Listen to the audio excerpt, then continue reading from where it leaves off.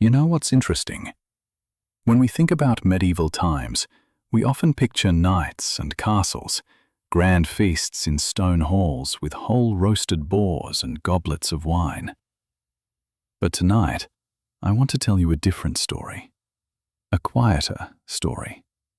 A story about the women who kept their families alive through the long, brutal winters when food was scarce and survival was never guaranteed. Women who stood at their hearths day after day, transforming whatever scraps they had into meals that would sustain life for one more day, one more week, one more month, until spring finally came. So, settle in. Let the warmth of your own home surround you, and let me take you back to a medieval kitchen along some European river, where a woman's knowledge of food preservation and preparation was literally the difference between life and death for her entire family. This is a story of survival, of ingenuity, of the quiet heroism of daily life. This is the story of tastes that kept people alive. Picture this. It's October in medieval Europe, somewhere along a river valley where a small village has stood for generations. The leaves are turning brilliant colors, gold and red and orange, and there's a crispness in the air that promises the coming cold. For most people today, autumn is a beautiful season, a time of colorful leaves and cozy sweaters. But for a medieval woman, autumn was something else entirely. It was a race against time. It was preparation for survival. It was the season that would determine whether her family would make it through the winter alive. Our protagonist, let's call her Margery, though that might not have been her name, she's up before dawn, as always. But today, like every day in late autumn, carries a special urgency. She's in the fields with the other women and children, gathering the last of the harvest before the first hard frost comes and destroys everything that remains. Her hands move quickly, efficiently, pulling up the last turnips, cutting the final cabbages, gathering every edible thing because nothing, absolutely nothing, can be wasted. Not when 5 or 6 months of winter lie ahead, and there will be no growing, no fresh food, nothing but what they've managed to store. She's checking the grain storage, running her hands through the wheat and rye that's been threshed and cleaned and stored in wooden bins or large clay pots. This grain is everything. This grain is life itself. She's calculating in her head, doing the math that every medieval housewife had to do. How many people in the household? How much grain will they need per day for bread? How much can they spare for brewing ale? She's setting aside the best grains, the plumpest kernels, for seed next spring, because without seed grain, there's no crop next year, and that means death delayed by only a season. The rest will be carefully rationed throughout the winter, measured out day by day, meal by meal. And she's praying. Oh, she's praying constantly to every saint she knows that the grain won't spoil, won't rot, won't be destroyed by moisture or rats or weevils. Because grain storage is a constant battle against nature. The grain has to be dry enough not to mold, but not so dry it turns to powder. It has to be protected from rodents, from insects, from damp, from thieves. She checks it constantly, turning it, watching for any signs of problem. A whole winter's food supply can be destroyed in days if conditions aren't right. And if that happens, if the grain spoils, the family starves. It's that simple, that brutal, that real. The house is filled with dust as she and her daughters clean and prepare the storage areas. Every crack is sealed, every container is checked. The storage room, usually a dark corner of their small house or a separate building if they're prosperous, is swept clean. Herbs are hung to deter insects. Prayers are said. Everything possible is done to protect the food that must last from November through March at minimum, often longer. 5 months, 6 months, sometimes more if spring comes late. All the food they'll have for all that time is what they can preserve now, in these precious autumn weeks. She looks at her stores and does the calculation again. The terrible arithmetic of survival. 6 people in the household. Need for bread, for pottage, for ale. Grain for humans, grain for the animals that must survive winter too, because without plough animals there's no planting next spring. Seeds that must be saved. It's a complex calculation, and getting it wrong means death. Either slow death by starvation, or quick death by having nothing to plant and no way to survive the following year. The pressure is enormous. The responsibility is crushing. This is all on her shoulders. This knowledge of how to make the food last, how to preserve it, how to ration it. She thinks about the stories she's heard, whispered among the women. Stories of winters when the food ran out in February, in March, when spring was so close but not close enough. Stories of families eating seed grain in desperation, knowing they were destroying their future to survive the present. Stories of children with swollen bellies and hollow eyes, of elderly people who quietly stopped eating to give their portions to the young, of decisions no one should have to make about who gets food and who doesn't. These stories haunt her as she checks her stores again, counts again, prays again. The work is back-breaking. Hauling grain, storing vegetables, organizing, checking, rechecking. Her back aches from bending, from lifting, from carrying. Her hands are rough and cracked from the work. But she can't stop, can't rest, because winter is coming, and winter doesn't care about tired backs or sore hands. Winter will take what it wants, and the only defense is preparation. So she works through the pain, works through the exhaustion, works because the alternative is watching her children starve. There's a certain kind of dust that fills a medieval house in autumn. The dust of grain and dried herbs and stored food. It gets into everything, into your clothes and hair and lungs. Margery coughs as she works, breathing in the dust of their survival. It's not pleasant, not comfortable, but it's necessary. Every piece of food must be accounted for, stored properly, protected from the elements and from pests. This is her expertise, her domain, her responsibility. This is women's work in the most literal and most crucial sense. The men might grow the grain, but the women preserve it, ration it, make it last. The women keep everyone alive through winter. She finds a few grains that show signs of weevil damage and immediately removes them, checking all the grain around them for infestation. A small infestation now can destroy everything by midwinter. She's vigilant, constantly checking, because this food is more valuable than gold, more precious than jewels. This food is life. She treats it accordingly, with reverence and fear and desperate care. As the sun sets on another autumn day, Margery looks at her stores one more time. Is it enough? She doesn't know. She can't know. Weather is unpredictable. Winter might be mild or might be brutal. Spring might come early or late. There are too many variables, too many things beyond her control. All she can do is prepare as best she can and pray it's enough. Pray that her knowledge is sufficient, that her planning is adequate, that her family will survive to see another spring. That's all any medieval woman could do. Prepare, pray, and hope that the food would last through the long, dark, hungry months ahead. Now let's talk about what people actually ate, day after day through a medieval winter.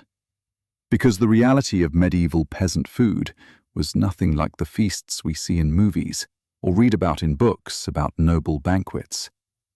For ordinary people, For people like Margery and her family, food was simple, repetitive, and frankly quite monotonous.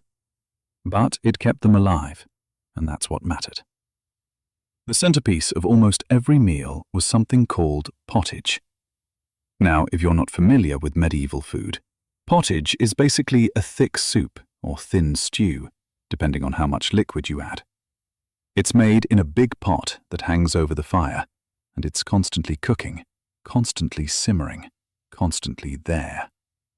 You add whatever you have to it: dried peas or beans for protein and substance, grain like barley or oats to thicken it, any vegetables you have stored, usually root vegetables like turnips or onions, maybe some herbs from the summer that you dried, a tiny bit of meat or bacon if you're lucky, though for most peasants meat was rare and precious. Mostly it's just peas and beans and grain and water, cooked together until it forms this thick, sustaining, admittedly not very exciting, porridge-like food. But here's the thing: pottage kept people alive.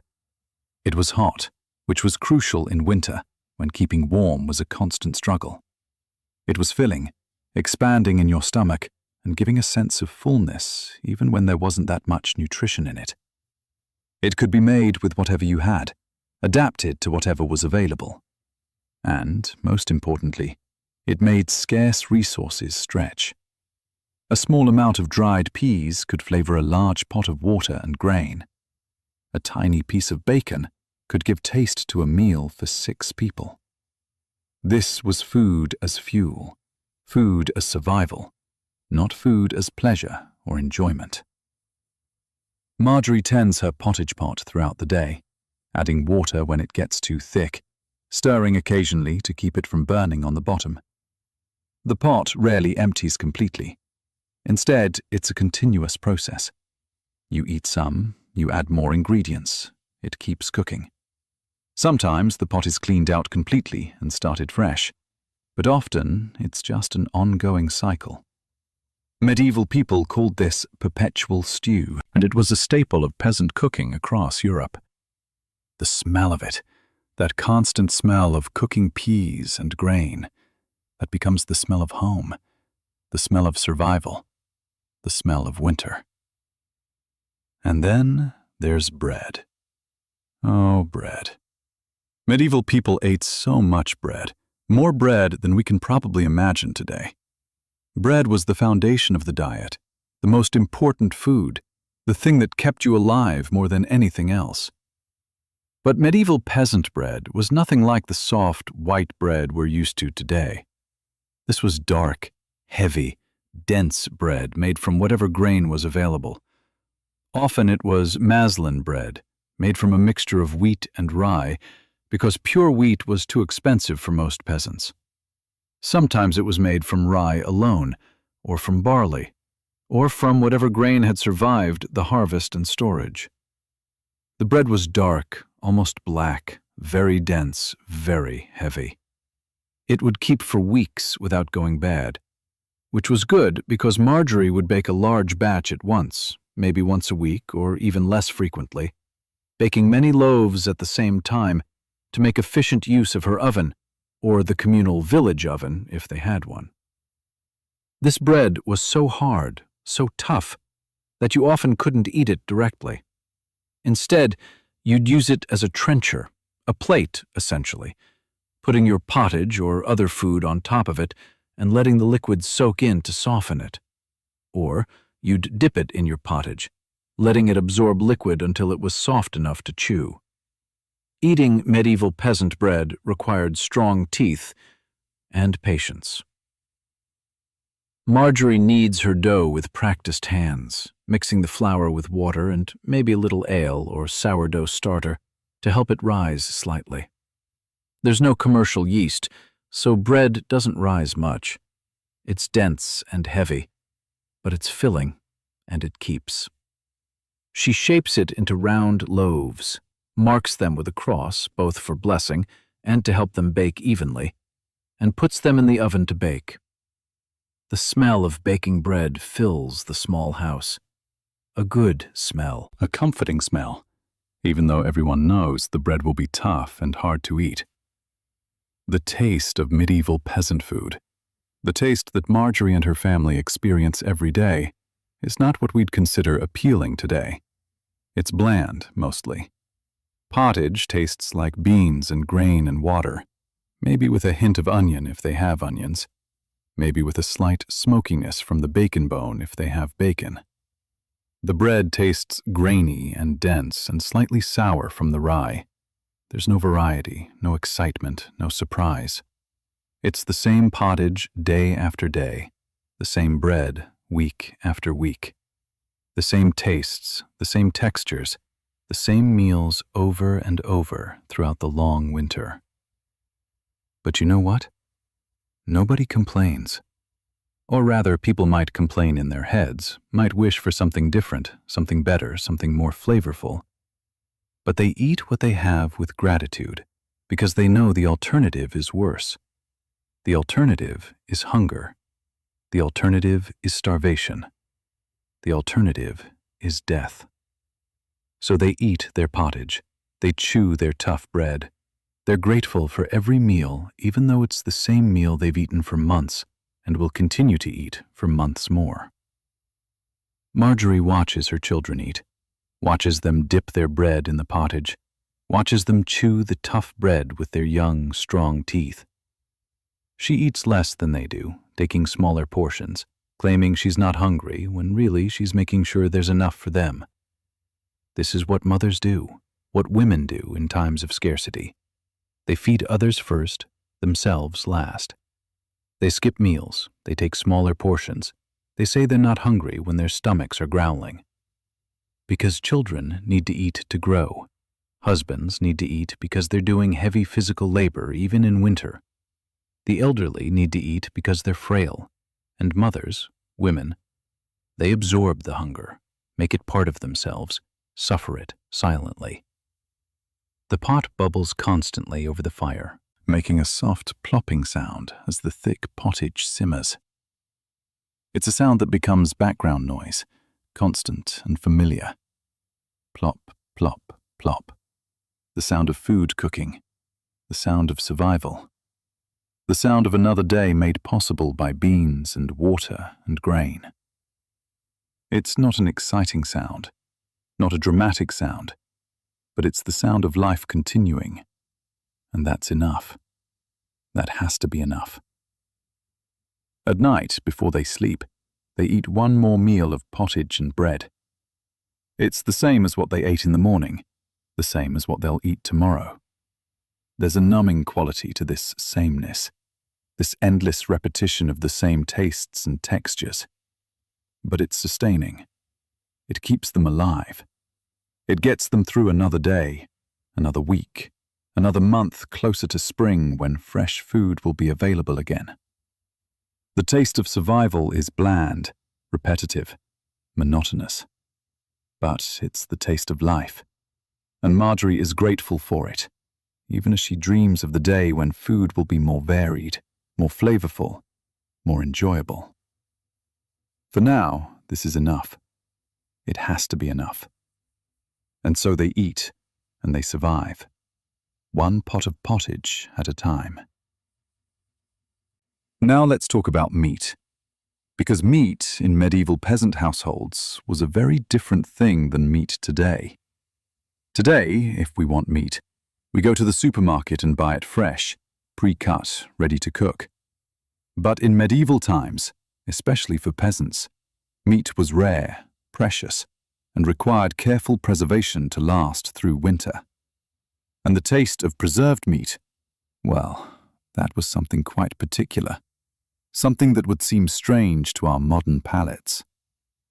The most important preservative in medieval times was salt.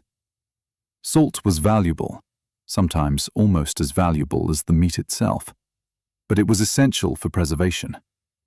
Without refrigeration, without modern preservation methods, salt was what kept meat from rotting and becoming inedible.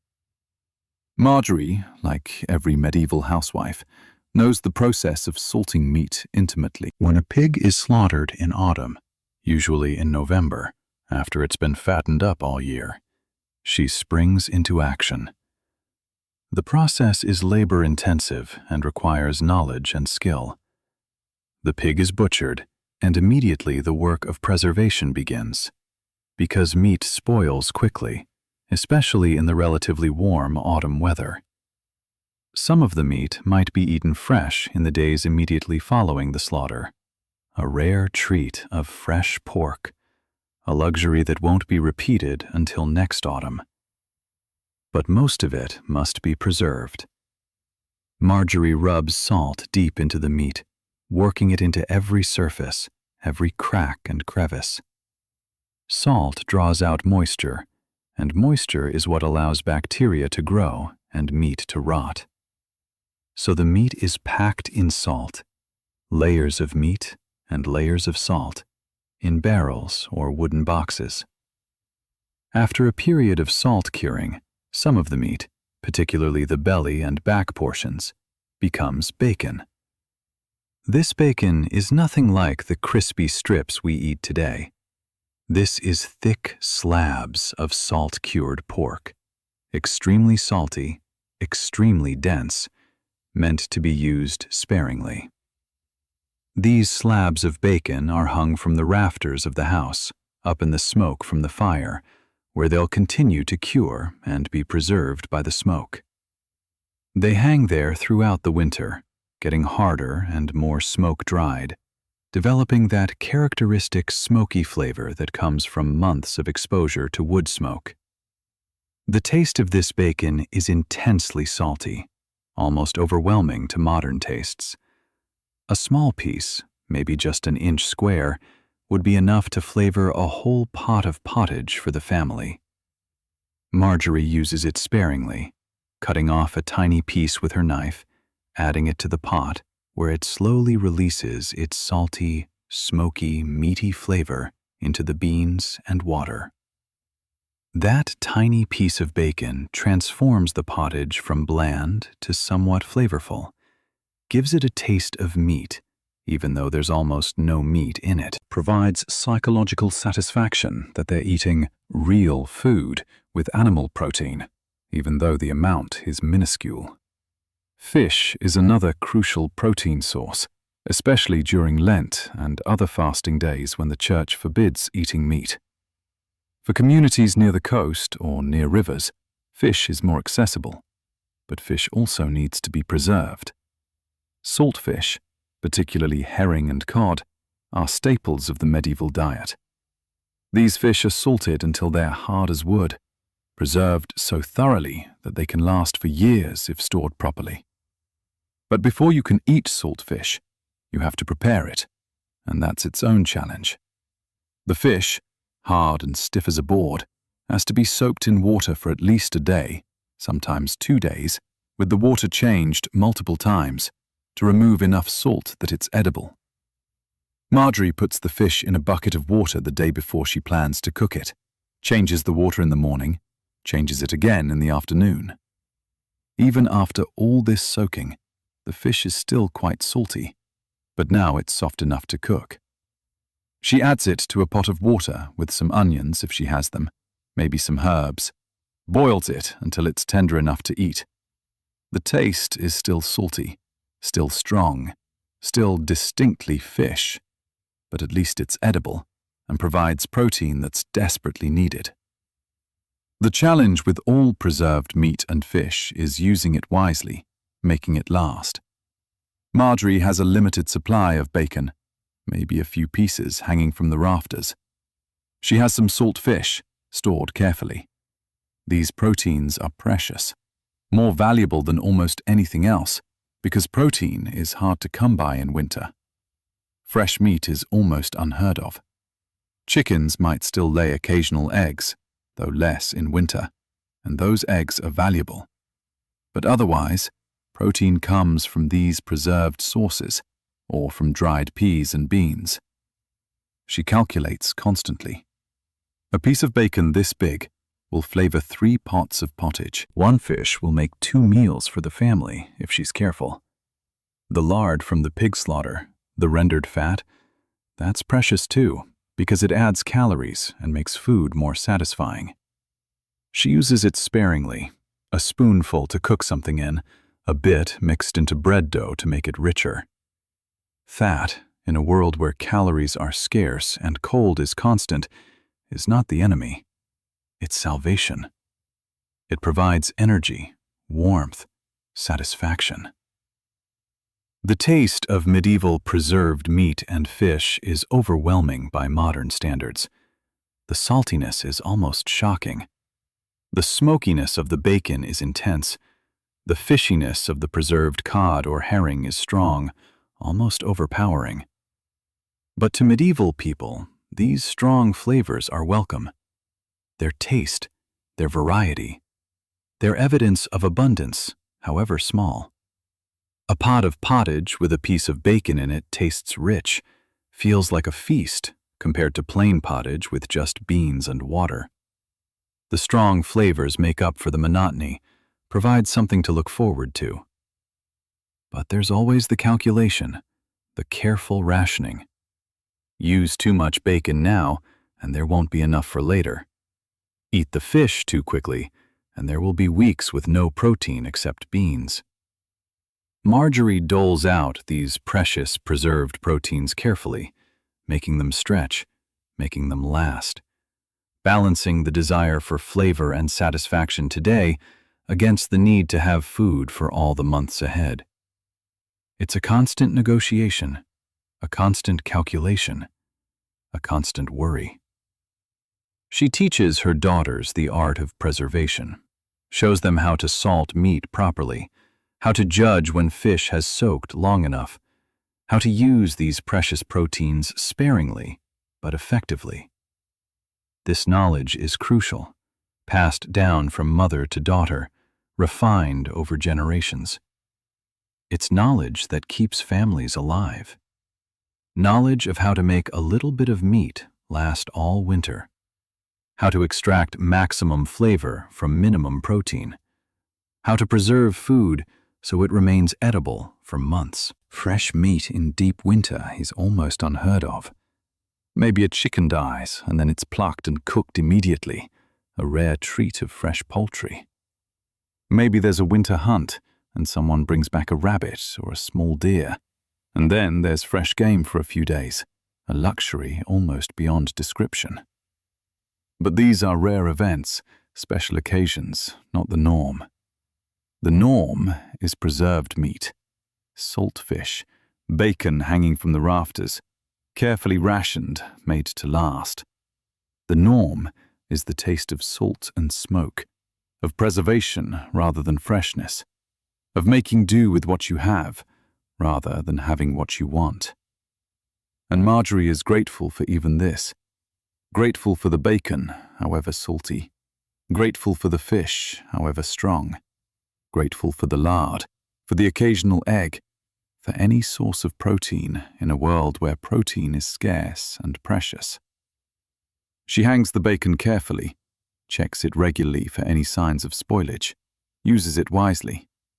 This bacon, this fish, this preserved protein, it's more than food, it's security. It's the difference between surviving winter and not surviving. And she treats it accordingly, with reverence and care and constant vigilance.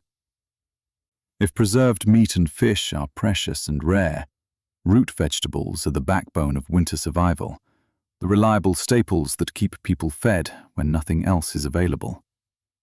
Margery's expertise with root vegetables, her knowledge of how to store them and use them, is essential to her family's survival.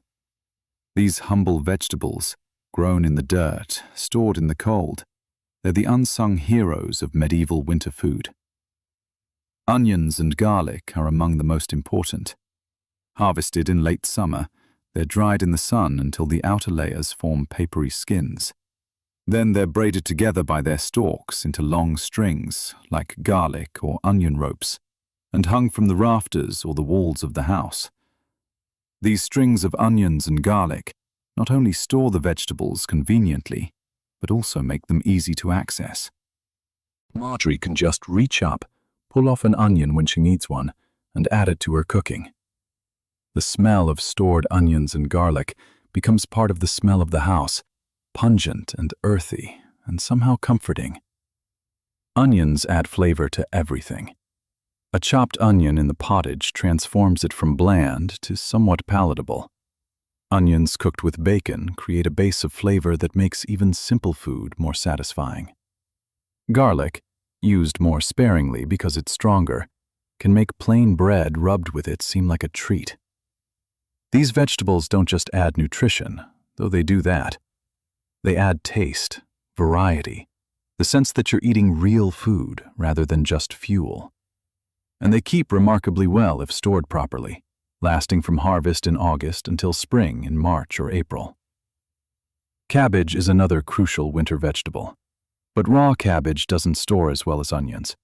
So Margery, like medieval housewives across Northern Europe, makes sauerkraut. The process is simple, but requires knowledge and care.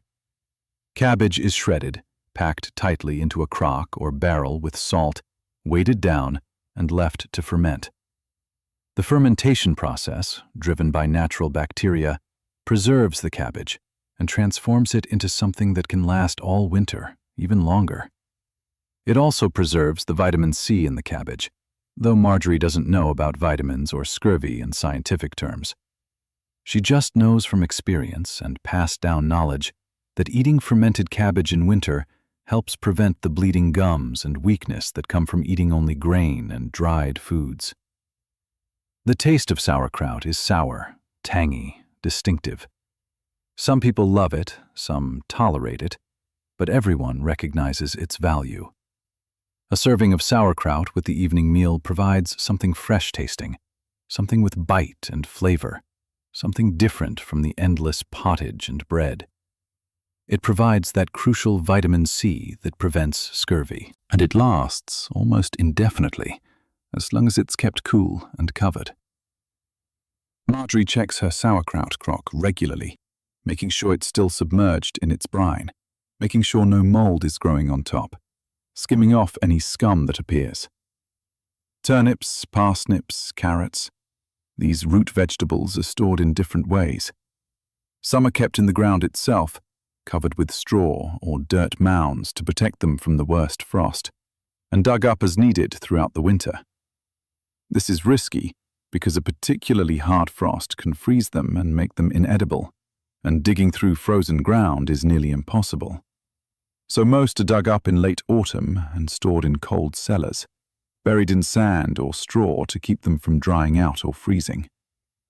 The sand or straw provides insulation, keeps the temperature relatively stable, prevents the vegetables from touching each other and spreading rot if one goes bad. These root vegetables, they're not exciting. Turnips, in particular, have a strong, somewhat bitter taste that's not everyone's favorite. But they're reliable, they keep well, and they provide bulk and nutrition. A turnip, chopped and added to pottage, contributes body and substance. Parsnips, which are sweeter, are a bit more pleasant to eat. Carrots, though medieval carrots are not the sweet orange carrots we know today, but rather smaller, tougher, more bitter, purple or yellow varieties, still add color and nutrition to meals. Margery descends into the cold storage area regularly throughout the winter, checking her root vegetables. She's looking for signs of rot, the soft spots, for sprouting, which indicates the vegetables are losing their stored energy. Any vegetable showing signs of rot is immediately removed and used before the rot can spread to others. She's fighting a constant battle against decay, against mold, against the natural tendency of stored vegetables to break down over time. Knowledge of when to check, what to look for, how to prevent spoilage, that's crucial knowledge passed down through generations of women. The nutritional value of these root vegetables, while Margery doesn't think of it in modern scientific terms, is significant. They provide fiber that helps with digestion, crucial when you're eating a diet heavy in grain and beans. They provide vitamins and minerals that prevent deficiency diseases. They provide variety in texture and taste that makes meals less monotonous. A winter diet of only grain and beans would be not just boring but actually unhealthy, leading to deficiency diseases. The root vegetables, along with the occasional preserved greens and the sauerkraut, provide the nutritional diversity that keeps people healthy enough to survive. But storing vegetables is an art and a science. Too warm and they sprout or rot. Too cold and they freeze and become mushy. Too dry and they shrivel. Too damp and they mold. Margery has learned through years of experience, through her mother's teaching, through trial and error, exactly how to store each type of vegetable for maximum preservation. Onions and garlic hang in the relatively warm, dry house. Potatoes, not yet common in medieval Europe, but other root vegetables, are stored in the cold cellar in sand. Cabbages that aren't made into sauerkraut might be hung from the rafters or stored in a cool, not freezing place. She also knows about wild roots, things that can be foraged even in winter if necessary. Margery teaches her children to recognize these plants, to know which roots are edible and which aren't, to know where to look for them. This wild foraging knowledge is insurance against famine, a last resort when stored food runs low. Certain tree roots, certain wild onions, certain tubers that grow in the forest, these can supplement stored food or provide emergency nutrition when all else fails. The taste of root vegetables, eaten day after day through a long winter, becomes almost too familiar. The slight bitterness of turnips, the earthy taste of parsnips, the sharpness of onions. These flavors repeat constantly. But they're the flavors of survival. The taste of vegetables that keep you alive when fresh greens are impossible, when the growing season is months away. Margery chops her turnips and adds them to the pot, grateful for them even though she's eaten turnips nearly every day for months. Because the alternative is worse. The alternative is less food, less nutrition, less chance of surviving until spring. She preserves not just vegetables, but knowledge. The knowledge of how to make food last, how to store it properly, how to use it wisely. She teaches her daughters to check the storage areas regularly, to recognize signs of spoilage, to know when to use something before it goes bad. This knowledge, this expertise in preservation and storage, is as valuable as the food itself. Because having food isn't enough. You have to know how to keep it, how to use it, how to make it last. That's the knowledge that makes the difference between survival and starvation. And Margery guards it carefully, passes it on deliberately, knowing her daughters' lives may depend on it someday. Now let's talk about what medieval people drank. Because in a world where clean water was often unsafe to drink, where beverages had to be safe and ideally provide nutrition and calories, the drinks people consumed were an important part of survival. And the most important drink, more important than anything else, was ale. Ale in medieval times was very different from beer today. First, it didn't contain hops, which weren't widely used in Europe until later. Medieval ale was made from malted grain, usually barley, mixed with water and allowed to ferment with wild yeast or with yeast saved from previous batches. The result was a slightly sweet, slightly sour, relatively low alcohol beverage that was safer to drink than water, because the brewing process killed many of the bacteria that made water dangerous. And crucially, making ale was women's work. Men might grow the barley, but women brewed the ale.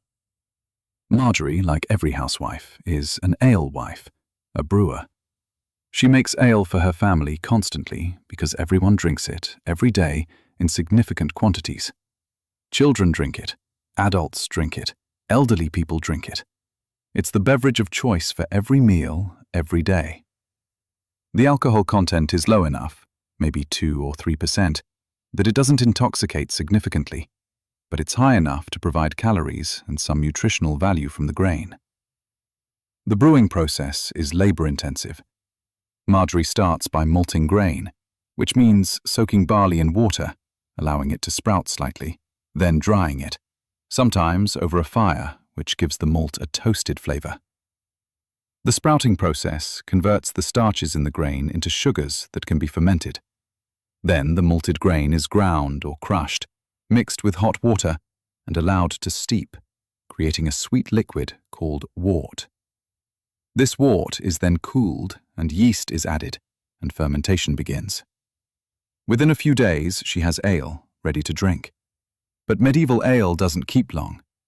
Unlike modern beer, which can last for months or even years, medieval ale goes sour within a few days, or at most a couple of weeks.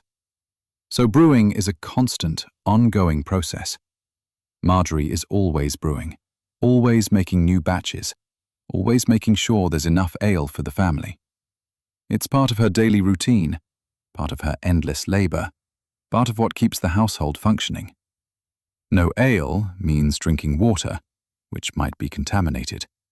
No ale means potential illness, potential death. So the brewing continues, batch after batch, throughout the year. The taste of medieval ale is hard for us to imagine accurately, because we don't have the same beverages today. It's somewhat sweet from the malt sugars, somewhat sour from the fermentation and from the inevitable bacteria that grow in an unsterile brewing process. Slightly tangy, earthy, grainy. It's not necessarily delicious by modern standards, but it's familiar, comforting, nourishing. A mug of ale with your bread and pottage makes the meal feel more substantial, more satisfying. Ale provides calories, provides fluid, provides a sense of normalcy and comfort. In winter, there's a special variation. Hot ale, spiced with whatever spices the household can afford or forage. For wealthy households, this might mean expensive imported spices, like cinnamon or ginger. For a peasant household like Margery's, it means local herbs and maybe a bit of honey if they keep bees or can afford to buy some. She heats the ale in a pot over the fire, adds whatever flavorings she has, maybe some dried herbs like sage or rosemary, maybe a precious spoonful of honey if there's a special occasion. This hot, spiced ale, drunk on a freezing winter night, is warming in a way that goes beyond just physical temperature. It's psychologically comforting, a small luxury, a moment of pleasure in a hard life. The family gathers around the fire in the evening, and a wooden cup or bowl of ale is passed around. Everyone drinks from the same vessel, sharing it, passing it from person to person. This communal drinking is part of the social fabric of medieval life, a sharing of resources, an acknowledgement of community and family. The ale, warm and slightly sweet and spiced, goes down smoothly, warming from the inside out. For a few moments, the cold of winter recedes, the hunger is forgotten. There's just the warmth of the fire and the warmth of the drink and the presence of family. Another important beverage is cider, made from apples in regions where apples grow well. The apple harvest in autumn produces more apples than can be eaten fresh or stored, so they're pressed into juice and allowed to ferment into cider. Like ale, this cider has relatively low alcohol content, but provides calories and is safer than water. The taste is tart, appley, refreshing in its own way. It doesn't keep as well as ale, tends to go vinegary after a while, but through early winter, it's a welcome alternative to the constant ale. Margery makes cider in autumn, pressing apples in a wooden press, collecting the juice, allowing it to ferment in barrels or large crocks. The process is simpler than brewing ale. Doesn't require malting grain, just crushing apples and waiting for fermentation to happen naturally. The resulting cider is cloudy, sometimes a bit chunky with apple bits, tangy and tart and distinctly apple-flavored. It's particularly good in autumn and early winter when the memory of fresh apples is still recent. The importance of these beverages, ale and cider, can't be overstated. They provide hydration in a safe form. They provide calories, maybe 10 to 15% of daily caloric needs. They provide a sense of normalcy, of comfort, of something familiar and reliable. The daily rhythm includes drinking ale with meals, sharing a cup in the evening, starting the day with ale instead of water. It's so ingrained in medieval life that the idea of not having ale is almost unthinkable. For special occasions, there might be something stronger. Mead, made from fermented honey, is too expensive for most peasants to drink regularly, but might appear at celebrations, at Christmas, at weddings. The sweet, strong taste of mead is associated with festivity and abundance, a taste of luxury in a world where luxury is rare. A small cup of mead, sipped slowly, makes an occasion feel special, makes the hard winter seem bearable, provides a taste of sweetness that's otherwise almost absent from the winter diet. The work of brewing and maintaining these beverages falls entirely to women.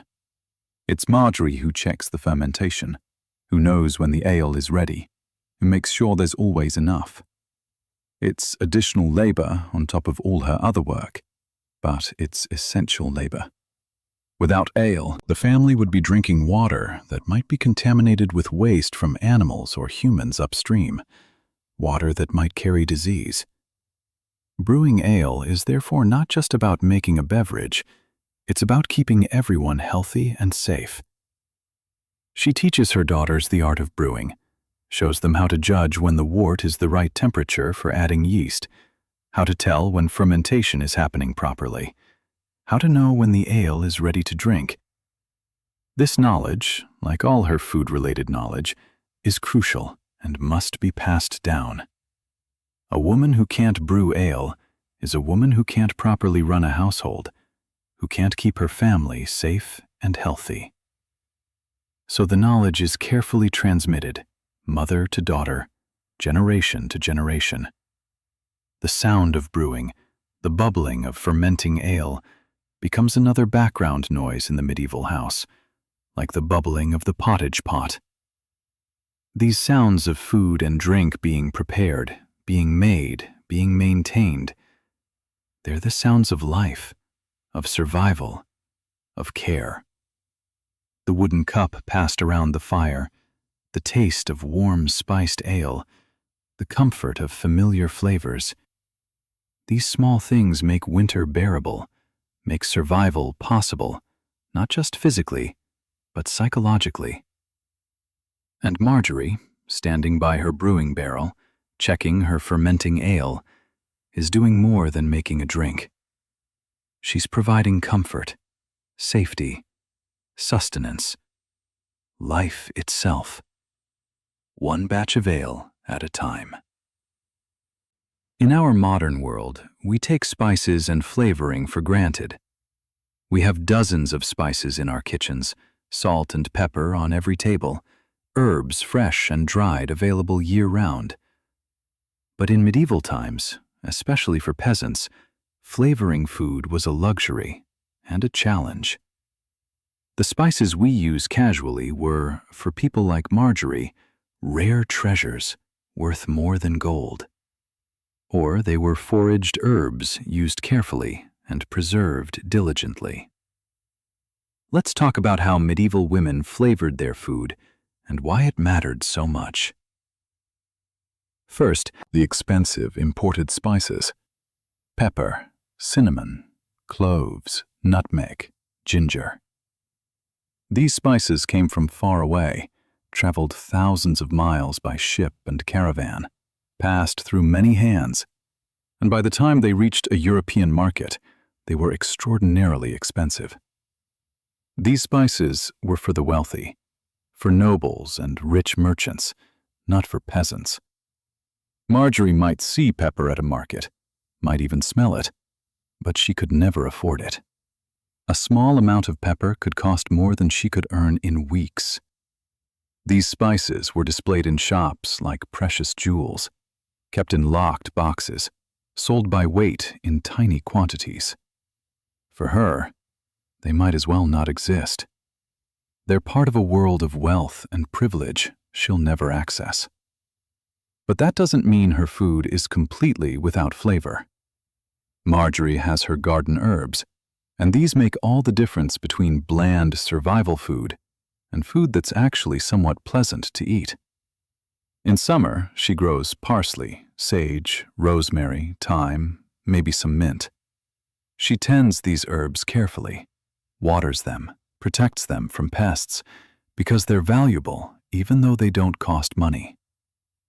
In autumn, before the frost comes, she harvests these herbs and dries them, hanging them in bunches from the rafters, storing them in cloth bags, preserving them for winter use. A little rosemary in the pottage transforms it. Sage, added to beans, gives them a savory depth. Thyme with turnips makes them more palatable. These herbs don't just add flavor, though that's important. They also have preservative qualities, help with digestion, have medicinal properties that Margery knows about from experience and tradition, even if she doesn't understand the science. A tea made from mint helps with stomach upset. Sage is good for sore throats. These herbs are food, medicine, and flavoring all at once. Wild herbs and plants also play a role. Wild garlic, which grows in forests and fields, can be foraged in spring and early summer and preserved for later use. Nettles, which seem like weeds but are actually quite nutritious, can be dried and added to soups. Wild mustard seeds can be collected, ground, and used to make a simple mustard that adds a sharp, spicy flavor to food. Margery knows where these plants grow, when to harvest them, how to prepare them. This knowledge of wild edibles is part of the folk wisdom passed down through generations of women.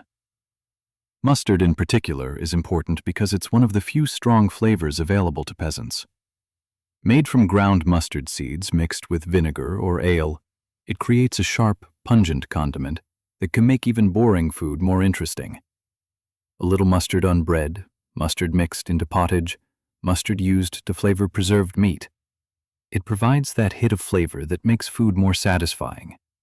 And mustard is preservative too, helps keep food from spoiling, which is crucial in a world without refrigeration. Vinegar is another crucial flavoring agent, and it's something Margery can make herself from ale that's gone too sour to drink. Instead of wasting sour ale, she keeps it, lets it continue to sour, and eventually it becomes vinegar. This vinegar can be used in cooking, can be used to preserve vegetables, can be mixed with herbs to make simple dressings or sauces. It's acidic, sharp, brightens flavors, and most importantly, it's free, made from what would otherwise be waste. Nothing is wasted in a medieval household. Even failed ale becomes useful vinegar. Honey, when available, is the only sweetener medieval Europeans have. Sugar is even rarer and more expensive than exotic spices, essentially non-existent for peasants. But honey, if you keep bees or can afford to buy some occasionally, provides sweetness that's otherwise absent from the diet. A little honey in hot ale makes it special. Honey mixed with herbs makes a kind of medieval cough syrup. Honey spread on bread is a treat that children dream about. But honey is precious, used sparingly, rationed carefully. It's for special occasions, for illness, for rare treats, not for daily use. The role of herbs in flavoring food also extends to hiding or masking unpleasant flavors. When meat is starting to go bad, not quite rotten but not fresh either, strong herbs and spices help mask the off-taste. When fish is too salty, even after soaking, herbs help balance it. When vegetables are past their prime and starting to taste funky, herbs make them more palatable. This isn't just about making food taste good. It's about making questionable food edible, about stretching resources, about surviving on the edge of scarcity. Margery knows which herbs go with which foods through years of experience. Rosemary with mutton, sage with pork, dill with fish. These aren't written recipes. their knowledge passed down, learned by doing, refined through trial and error. She teaches her daughters by doing, by cooking together, by explaining why this herb with that food, how much to use, when to add it. This knowledge is practical and immediate and essential. Salt, we should mention, while not technically an herb or spice, is absolutely crucial for both flavoring and preserving food. But salt isn't free. It has to be bought, and it's expensive enough that it must be used carefully. Margery uses salt for preserving meat and fish, for flavoring pottage and bread, for making sauerkraut. But she measures it out carefully, doesn't waste it, knows that when the salt runs out, she'll have to buy more, and that means less money for other things. Salt is valuable enough that it's sometimes used as currency, sometimes given as wages. Worth your salt comes from this real value that salt held. The taste of medieval peasant food, even when flavored with herbs, is still quite different from what we expect today. It's less intensely flavored, more subtle. The herbs provide background notes rather than dominant flavors. Food is salted, but not oversalted by modern standards, except for preserved meats and fish, which are extremely salty. Sweetness is rare and precious. Umami flavors come from long-cooked broths made from bones and small amounts of meat. It's a cuisine of subtlety and scarcity, of making do with what's available. But within these constraints, Margery exercises creativity and skill. She knows how to make pottage interesting by varying the herbs. She knows how to make bread more flavorful by adding herbs to the dough or rubbing it with garlic. She knows how to use the precious small amount of honey to maximum effect. This is culinary skill of a particular kind, not the skill of abundance and choice that modern chefs have, but the skill of scarcity, of making the most of very little, of transforming humble ingredients into food that sustains not just the body, but also the spirit. Folk medicine is intertwined with cooking in ways that are hard to separate. Herbs that flavor food also prevent illness or treat symptoms. Garlic is believed to prevent plague. Sage helps with women's troubles. Rosemary aids memory. Whether these beliefs are scientifically accurate is less important than the fact that they give Margery a sense of control, a feeling that she's doing something to protect her family's health. Adding these herbs to food isn't just about taste. It's about care, about love, about doing everything possible to keep her family healthy and alive. The satisfaction Margery feels when she creates a pot of pottage that actually tastes good, that her family eats eagerly rather than just reluctantly, that satisfaction is real and important. Food is fuel, yes, but it's also comfort and pleasure and normalcy. Making food taste good, even within severe constraints, is an act of love and care. It's making life bearable, making survival worth the effort, providing small moments of pleasure in a hard existence. And the herbs and simple seasonings she uses, foraged and grown and preserved with care, they're the tools that let her provide this small measure of comfort to her family. In a medieval winter, sweetness is rare and precious, something to dream about, something that makes special occasions truly special. For most of the year, for most meals, there's no sweetness at all in the diet. Bread is dense and grainy. Pottage is savory or bland. Vegetables are earthy or bitter. Preserved meat is salty. The absence of sweetness becomes normal, expected, unremarkable. But this makes the rare moments of sweetness even more precious, even more memorable. Let's talk about the treats, the special foods, the tastes of sweetness and luxury that punctuate the monotony of winter survival. Nuts are one of the few sweet-ish treats available to peasants, and they're foraged rather than purchased. In autumn, Margery and her children go to the forest to gather hazelnuts, walnuts, chestnuts, any nuts they can find. This foraging is labor-intensive, requires knowing where the nut trees are, requires getting there before the squirrels take everything, requires processing and storing the nuts properly.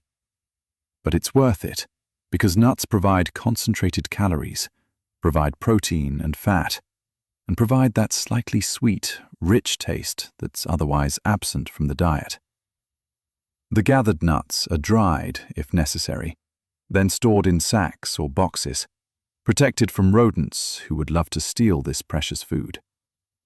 Throughout winter, Margery might give each child a few nuts as a treat, or she might crush nuts and add them to special breads or porridges for celebrations.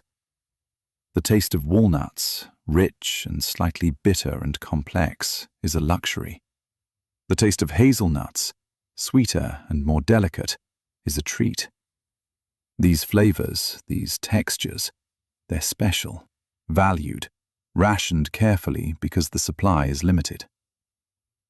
Dried fruit is another rare treat. In summer and autumn, any fruits that the family can access, whether from their own trees or gathered wild, some portion is dried for winter storage. Apples can be sliced thin and dried in the sun or near the fire. Berries can be dried on screens.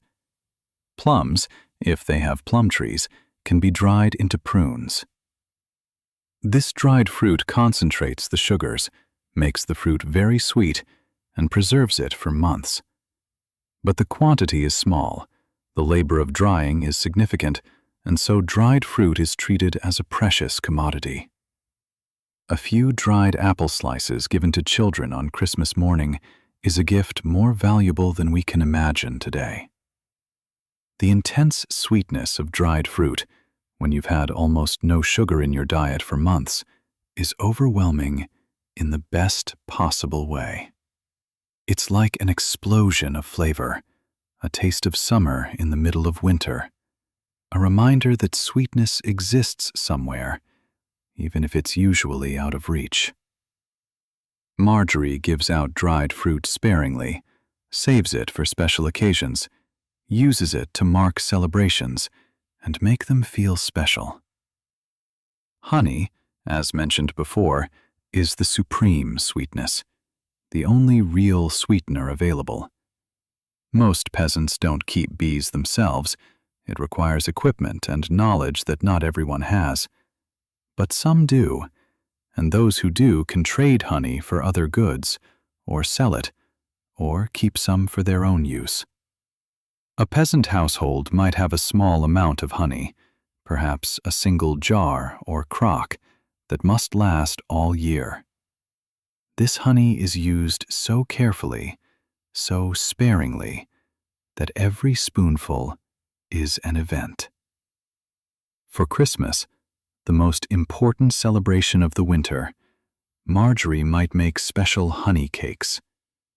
These are simple cakes, just flour and honey and maybe some ale to make them moist. But the honey makes them special, makes them sweet, makes them festive.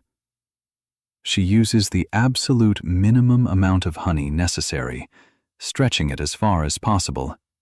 But even a little honey transforms plain bread dough into something special. The children's eyes light up when they see honey cakes, when they taste that sweetness that's usually unavailable. It's a taste of celebration, of abundance, however small, of special occasion. Sometimes fruit is preserved not by drying, but in syrup, though this requires honey, or requires so much of the fruit's own juices concentrated through cooking that it's rarely done. But if there's a good berry harvest and some honey available, Margery might make a small amount of berry preserve, cooking the berries with honey until they form a thick, sweet jam. This preserve, stored in a clay pot sealed with cloth and wax, can last through winter. A tiny spoonful of this preserve spread on bread is a treat beyond measure, a taste so intense and sweet and fruity that it's almost shocking to a palate accustomed to bland or savory foods. The psychology of these treats, these rare, sweet foods, is important to understand. In a life that's hard, where survival is uncertain, where every day is work and cold and hunger managed but never quite satisfied, these small pleasures matter enormously. They provide hope. They provide something to look forward to. They make life worth living, even when it's difficult. Children who know that Christmas will bring honey cakes can endure the monotony of daily pottage and bread. Adults who know that special occasions will bring small treats can endure the endless labor and cold. Chestnuts roasted in the fire are another treat, one that requires no sweetener, no preservation, just nuts and heat. Fresh chestnuts, gathered in autumn and stored carefully, can be roasted throughout winter. The process is simple. Put chestnuts in the hot ashes of the fire, let them roast until the shells char and split, pull them out and peel them carefully. The flesh inside is sweet, starchy, warming. It's a treat that can be shared around the fire on a cold evening, something that costs nothing but the labor of gathering and the fuel for the fire that's burning anyway. The sharing of treats is as important as the treats themselves. When Margery has dried fruit or honey cakes or roasted chestnuts, she doesn't hoard them. She shares them, gives them to her children, shares with neighbors if there's enough, participates in the gift economy that helps peasant communities survive.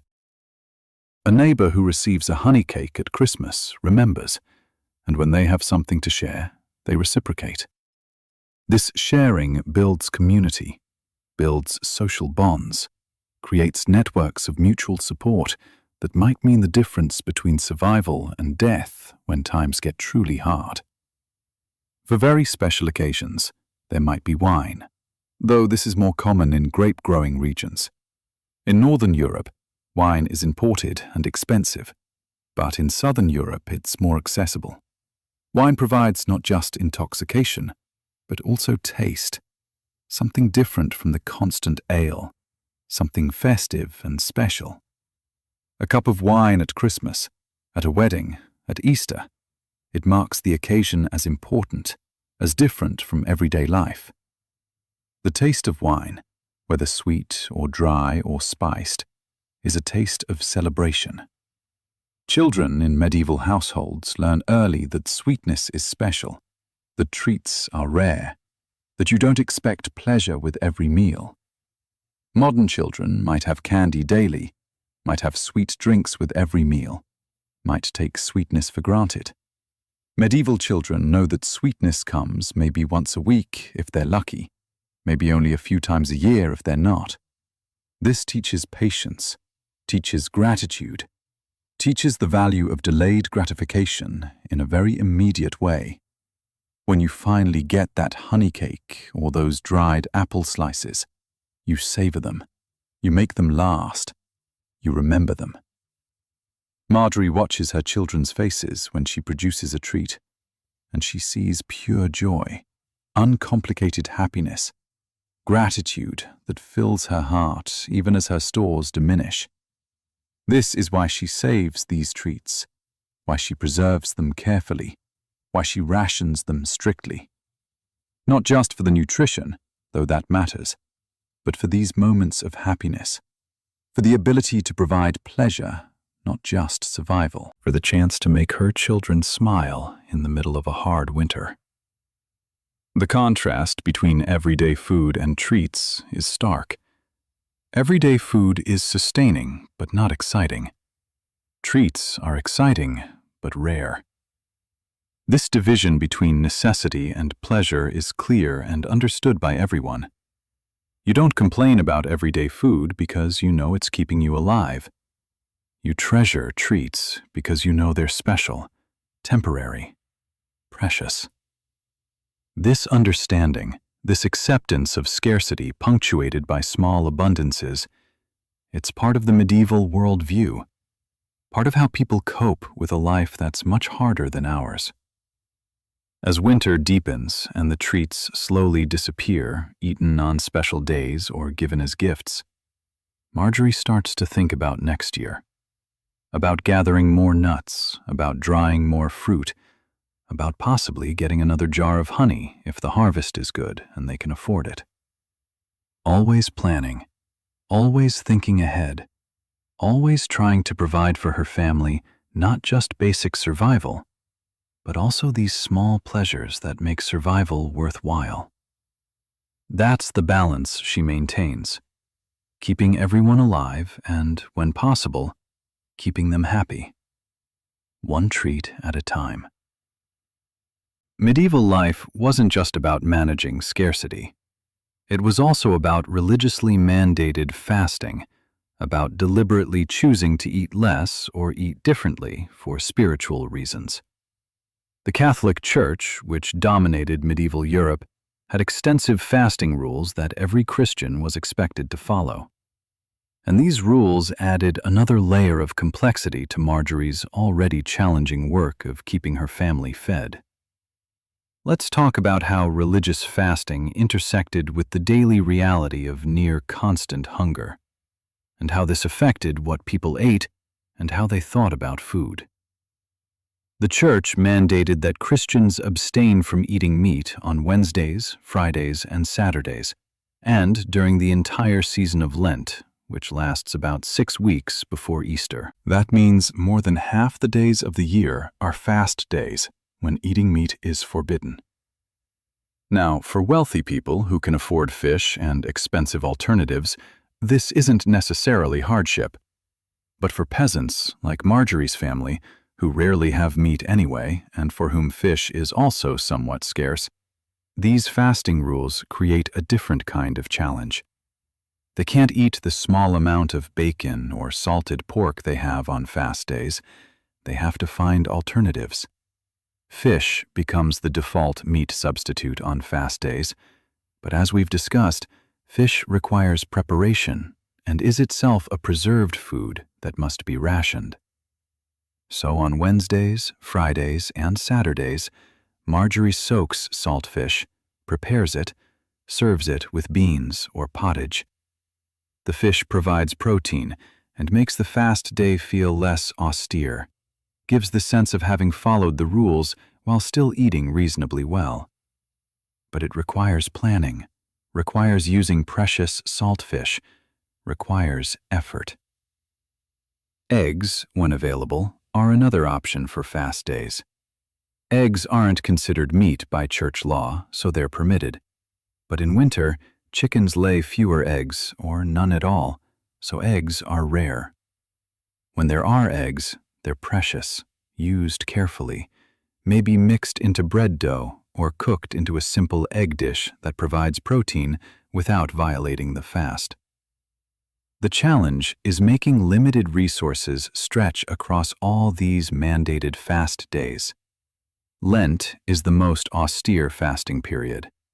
For 40 days, from Ash Wednesday through Holy Saturday, though Sundays are technically not fast days, making it really about 35 days of fasting, Christians are supposed to abstain from meat entirely, and, in stricter interpretations, also from dairy products and eggs.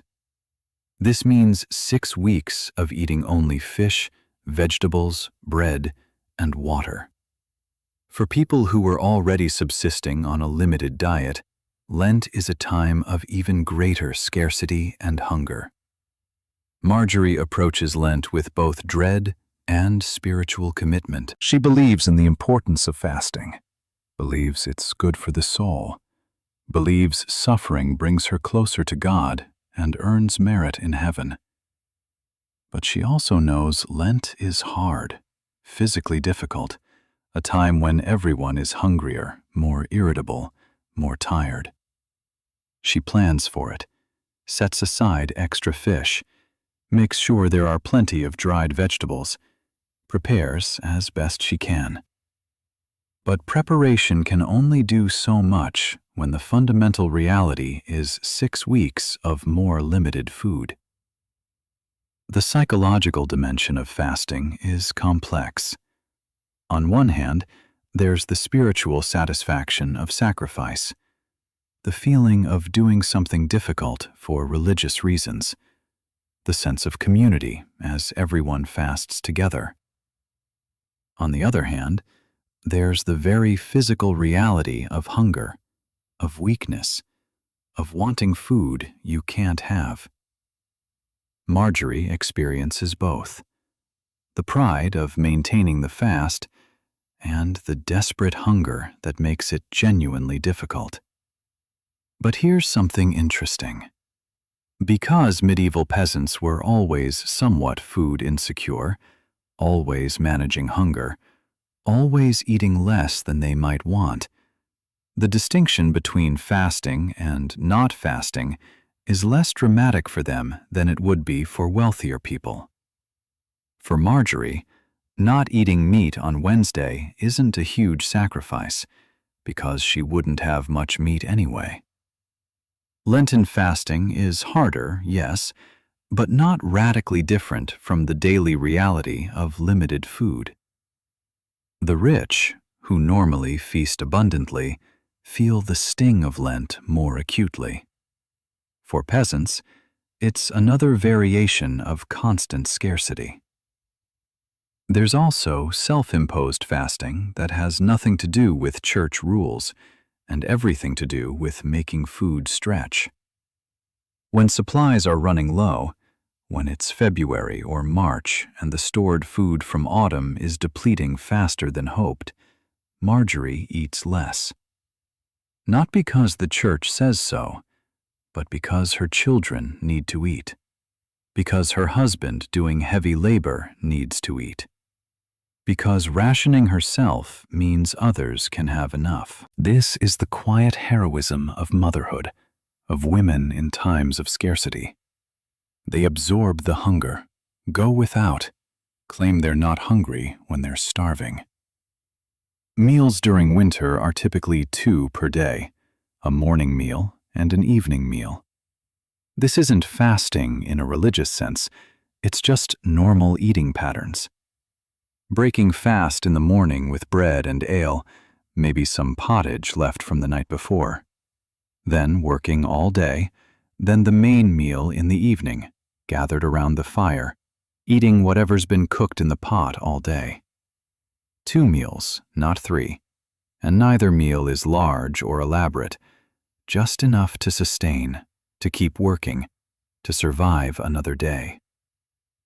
The practice of reusing bones and scraps illustrates the desperation and creativity of medieval cooking. When Margery cooks a piece of salted pork or a fish, she saves the bones. These bones go into the pottage pot, simmering for days or even weeks, giving up every bit of flavor, every bit of nutrition. The bones are used again and again until they literally fall apart, until there's nothing left to extract. This isn't just thrift, it's survival. Every bit of nutrition, every hint of flavor, it's extracted and used because waste is unthinkable. Water from boiling vegetables is saved and used as the base for the next pot of pottage. Stale bread is never thrown away. It's used as trenchers or soaked in soup until it's edible again. Vegetable peelings that are edible are eaten, not discarded. The inedible parts go to animals if they have any, or to the compost to fertilize next year's garden. The concept of food waste, the idea of throwing away food, it simply doesn't exist. Everything is used, everything has value. Nothing is discarded if it can possibly be eaten, or fed to animals, or returned to the soil. Patience, as Margery knows, is indeed the most important ingredient in her kitchen. Patience to wait for food to cook slowly over low fire, extracting maximum nutrition and flavor. Patience to ration food carefully so it lasts until spring. Patience to endure hunger when food is scarce. Patience to prepare meals that are boring and repetitive but necessary. Patience to teach her children to eat what's available without complaining. Patience to maintain hope that next harvest will be better, that spring will come, that survival is possible. The discipline of less, whether religiously mandated or practically necessary, becomes a way of life. You learn to expect less, to be satisfied with less, to make do with less. This isn't resignation or defeat. It's adaptation. It's resilience. It's the mental flexibility required to survive in a world of scarcity. Margery doesn't think of herself as deprived or poor. This is just life, just reality, just what everyone she knows experiences. The discipline of less is normal, expected, unquestioned. But there are limits to patience, limits to discipline, moments when the hunger is overwhelming and the future looks bleak. When the stores are running low and spring seems impossibly far away. When a child cries from hunger and there's not enough food to satisfy them. These moments test Margery's faith, test her strength, test her ability to maintain hope. She prays during these moments, asks God for strength, asks saints for intervention, asks for anything that might help. And she keeps going, keeps cooking, keeps rationing, keeps doing everything she can to keep her family alive. The intersection of religious fasting and practical scarcity creates a complex relationship with food and hunger. Hunger for spiritual reasons feels different from hunger due to shortage, even though physically it's the same. Choosing to fast gives a sense of control and purpose. Being forced to fast because there's no food creates desperation and fear. Margery experiences both kinds of hunger, sometimes simultaneously, and she has to navigate the emotional and spiritual dimensions of each, while also managing the practical work of feeding her family on whatever's available. The fire, the hearth, the constantly burning flame at the center of the medieval house. This is more than just a cooking device. It's the heart of the home, the source of warmth and light, the gathering place for the family, the center around which life revolves. Let me tell you about Margery's relationship with her fire, because understanding this is understanding the rhythm of medieval domestic life. The fire never goes out, or rather, it never should go out, because relighting a fire without matches is difficult and time-consuming. You need a flint and steel to strike sparks, or you need to borrow fire from a neighbor carrying hot coals in a covered container. So the fire is maintained constantly, banked at night with ashes so it smolders rather than blazing, then blown back to life in the morning. This perpetual fire is Margery's constant companion, her tool, her warmth, her light. The hearth itself is the center of the single-room house, or if the house has multiple rooms, the main room where the family spends most of their time.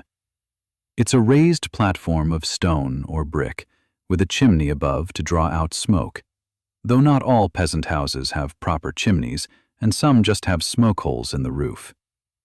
The fire burns wood, carefully managed because wood must last all winter, and gathering wood is hard labor.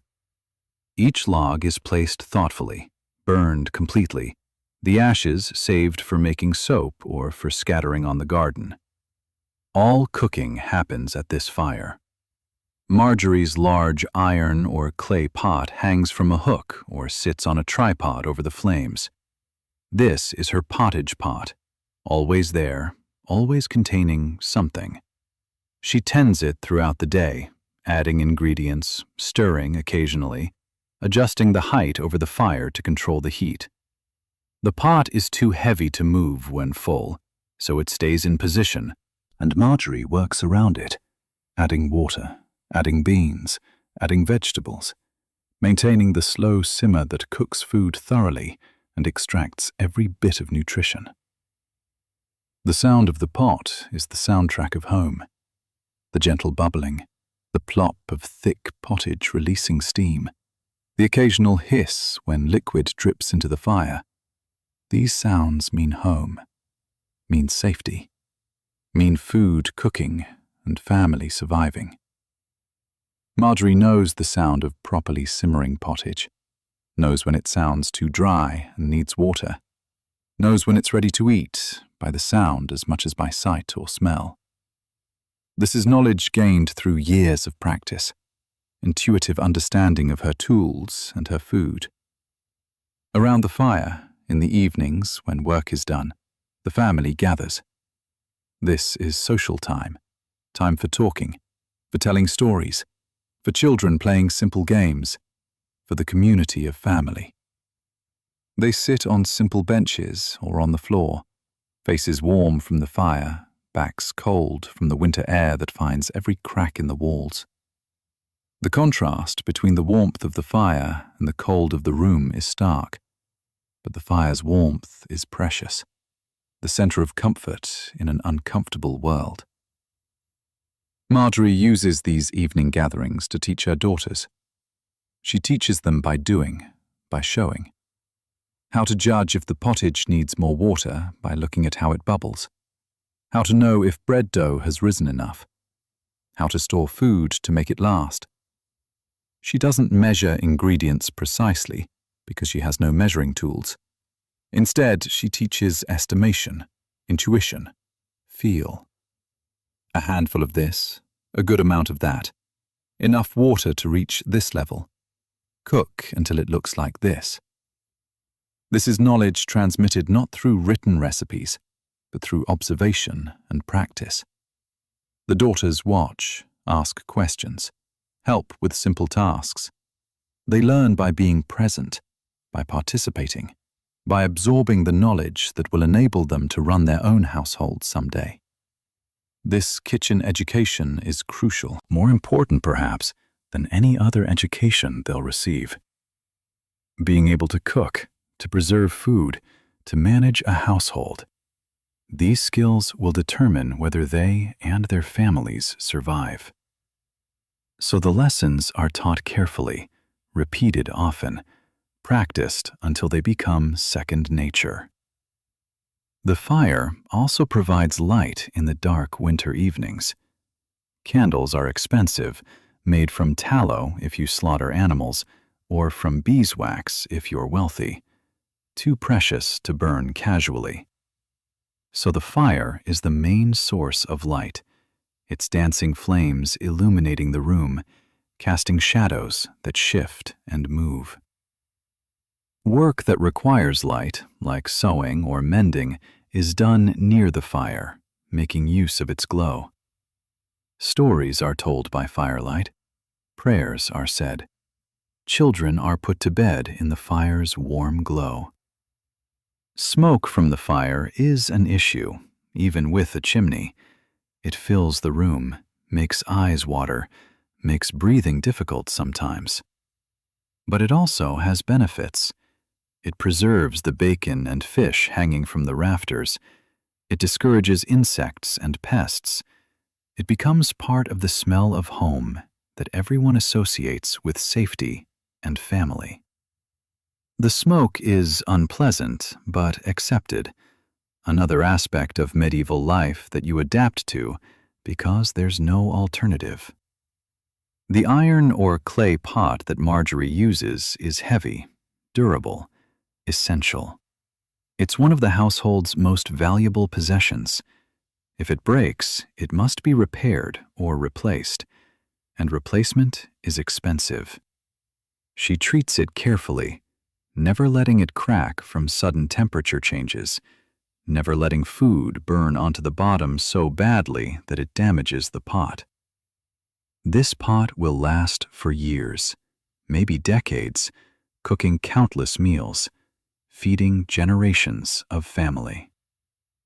The rhythm of the day is structured around the fire and food. Morning. Blow the fire back to life from its overnight banking. Add wood. Start heating water or pottage. Midday. Tend the fire. Check the pot. Add ingredients as needed. Evening. Build up the fire. Cook the main meal. Gather the family. Night. Bank the fire. Make sure it will smolder until morning. This rhythm is unvarying, day after day, season after season. The fire never rests, and neither does Margery's work of tending it. The hearth is also where Margery does other work beyond cooking. Near the fire, where it's warm, she works on projects during winter. Spinning wool into thread, if they have sheep. Mending clothes. Making simple tools or household items. The warmth allows her to work when otherwise her hands would be too cold. The light allows her to see. So the hearth is workspace, kitchen, living room, all in one. There's something almost sacred about the hearth in medieval thinking. It's protected, blessed, the center of domestic life. Putting out the hearth fire, even by accident, is almost unthinkable. It means cold, darkness, inability to cook, loss of the home's heart. So every day, multiple times a day, Margery checks the fire, makes sure it's burning properly, adds wood when needed, maintains this crucial flame that keeps her family warm and fed and alive. The sound of the pot bubbling is soothing in a way, a reassurance that food is being prepared, that there will be something to eat, that life continues. It's background noise that becomes so familiar you don't consciously hear it. But if it stopped, if the pot stopped bubbling, you'd notice immediately and feel unsettled. The constancy of the bubbling pot is the constancy of care, of nurture, of survival. As winter nights grow longer and colder, the family spends more time around the fire, drawn to its warmth and light. Margery watches them, her husband and children, their faces illuminated by the dancing flames, and she feels something despite all the hardship. Pride, maybe, or satisfaction, knowing that her work, her skill, her endless labor keeps them here, keeps them fed, keeps them together. The hearth is the heart of the home, but Margery is the heart of the hearth, the one who tends the fire, cooks the food, maintains the rhythm that sustains life. And in that moment, watching her family by the firelight, she finds meaning in the endless work, purpose in the daily labor, satisfaction in survival itself. It's late February now, maybe early March.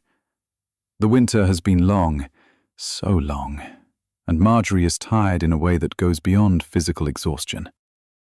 She's tired of the cold, tired of the monotonous food, tired of the constant work and worry. But more than anything, she's feeling the pressure of diminishing supplies. The food she so carefully stored in autumn is running low. Every time she goes to the storage area, there's less. The grain bins that were full are now showing their bottoms.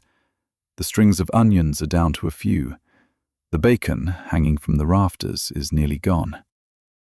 And spring, blessed spring with its fresh food and new growth, still feels far away. She checks the stores again, counting, calculating, worrying. How much grain is left? Enough for how many more weeks? If they're very careful, if they ration strictly, maybe they can make it until April, when the first spring greens appear. Maybe.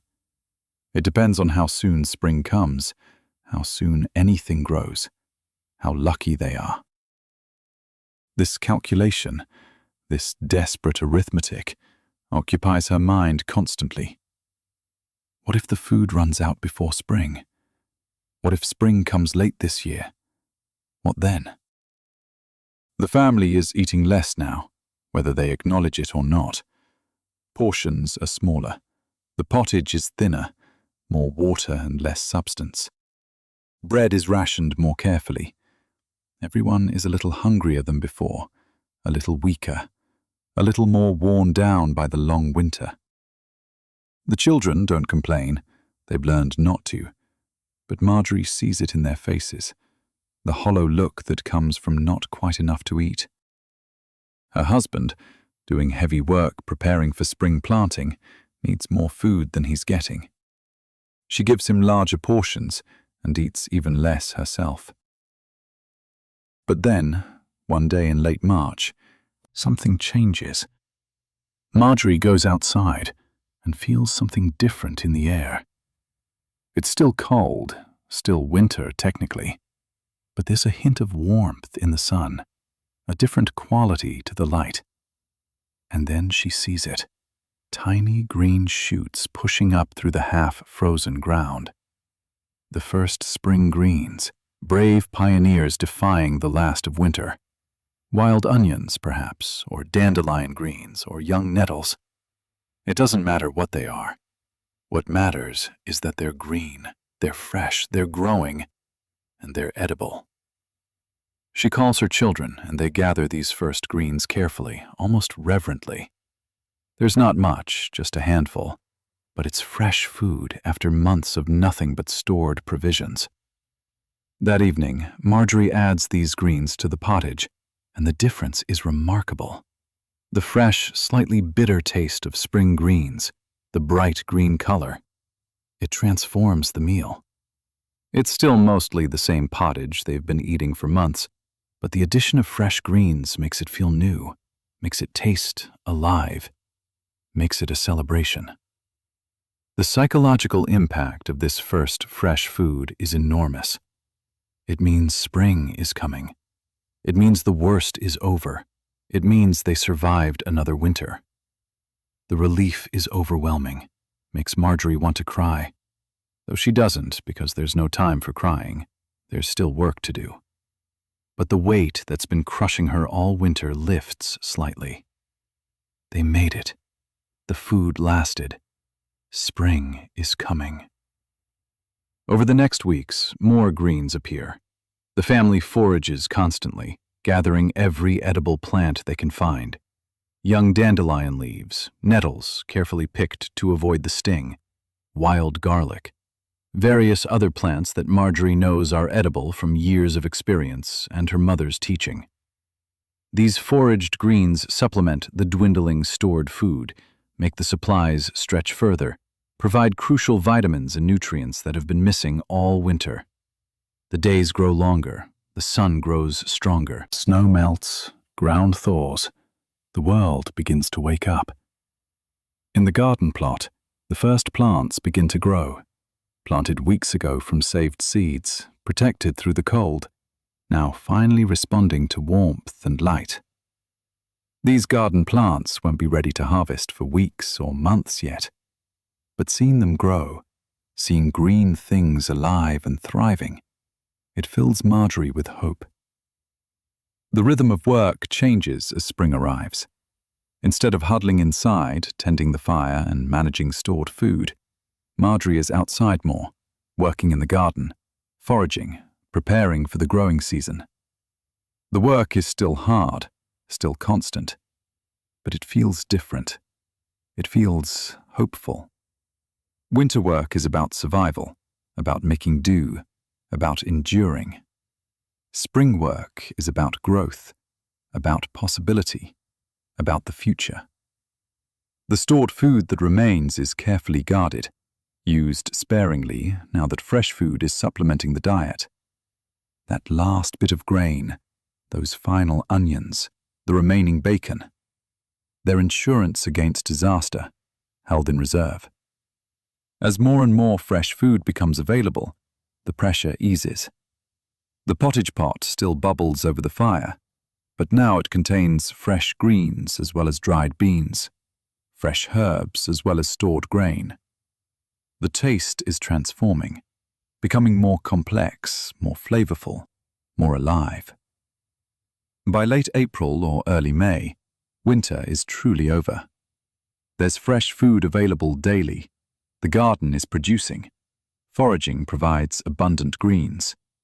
The cows, if they have cows, are giving milk again after winter's dry period. Eggs are more plentiful. The transition from winter scarcity to spring abundance is dramatic and welcome. The relief is palpable. They made it. They survived. Another year of life is possible. Margery looks at her family, at her children who made it through another winter, at her husband preparing the fields for planting, and she feels exhausted but satisfied. The knowledge she carries, the skills she possesses, the endless work she performs, it all mattered. It kept them alive. Her ability to preserve food, to ration it, to cook it properly, to make it stretch, to supplement with foraged foods when necessary. All of this practical knowledge was the difference between survival and starvation.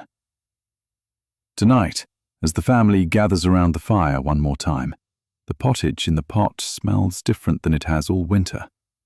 Fresh greens give it a vibrant aroma. The bread, made from the last of the stored grain but mixed with fresh herbs, tastes better than bread has tasted in months. Everyone's bellies are full, truly full, not just barely satisfied. The warmth from the fire is welcome, but no longer desperately needed as the nights grow milder. Margery ladles out the pottage, gives each person their portion, and watches them eat with real appetite, with satisfaction, with the pleasure of eating food that actually tastes good. This is what she worked for all winter. These moments of her family fed, warm, together, alive. All the hard work, all the careful planning, all the rationing and worrying and endless labor, it was for this, for survival, for life continuing, for another spring after another winter. As the evening settles, as the fire burns low, as the children prepare for bed, Margery feels a deep tiredness, but also a deep peace. They made it. The long winter is over. Spring is here. There will be fresh food now, and in autumn there will be another harvest, and the cycle will begin again. But for now, tonight, this moment, there's food in the pot, warmth from the fire, and the family is together and alive.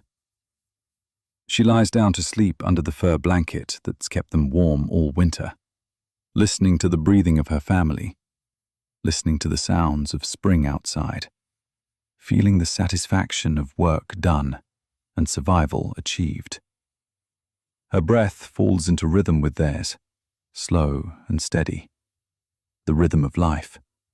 The rhythm of survival, the rhythm that has continued through countless winters and will continue through countless more. Tomorrow there will be more work. The garden needs tending. Food needs preserving for next winter. The endless cycle of labor continues. But tonight, she rests. She allows herself this moment of peace, this satisfaction of having kept her family alive through another winter. The taste of survival, it turns out, is sweet after all. Sweet like the first spring greens. Sweet like the relief of enough food. Sweet like the knowledge that you did everything you could and it was enough. For now, it was enough. And that's everything. Good night, Margery. Rest well. You've earned it. Tomorrow begins again. But tonight, you rest in the satisfaction of survival, of skill, of love made tangible through food and care. Sleep well.